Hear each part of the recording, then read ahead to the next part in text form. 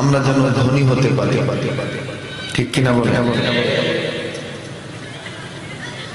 উভয় জাহানে ধনী হওয়ার জন্য আল্লাহ তাআলা একটা দোয়া শিখিয়ে দিয়েছেন। আমরা অধিকাংশ মানুষ শুধু দুনিয়াতে ধনী হতে চাই, আখিরাতে ধনী হতে চাই না। দুনিয়া দেখেন, দুনিয়াদার যারা, তারা মিল, ইন্ডাস্ট্রিজ, কলকারখানা একটা থাকলো আবার আরেকটা বানাইতে চায়। কথা বলে দুনিয়াদার দুনিয়ার একটা বাড়ি থাকলে আরেকটা বাড়ি করতে চায়। দুনিয়ায় কোন ব্যক্তি রাজনীতি করতে যায়, চেয়ারম্যান হইলে তার ভিতরে আশা জাগে আমি এমপি হব। এমপি হয়ে গেলে আবার আশা জাগে যে আমি মন্ত্রী হব।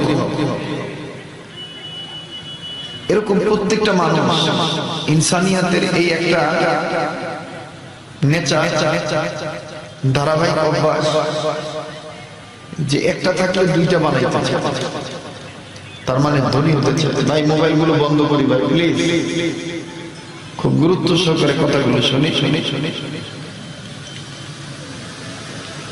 ধনী হতে চায়,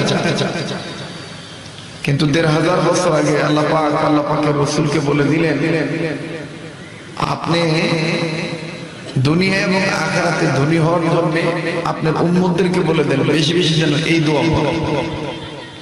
দোয়াটা কোনটা? কোরআনের আয়াত, রব্বানা আতিনা ফিদ দুনিয়া হাসানা ওয়া ফিল আখিরাতি হাসানাতাও ওয়া কিনা, বলেন না রব্বানা আতিনা ফিদ দুনিয়া হাসানা ওয়া ফিল আখিরাতি হাসানাতাও ওয়া কিনা আযাবান। আমরা কি এই দোয়াটা সবসময় পড়ি? কিছু কিছু ব্যক্তি পড়ি, কিছু কিছু ব্যক্তি পড়ি।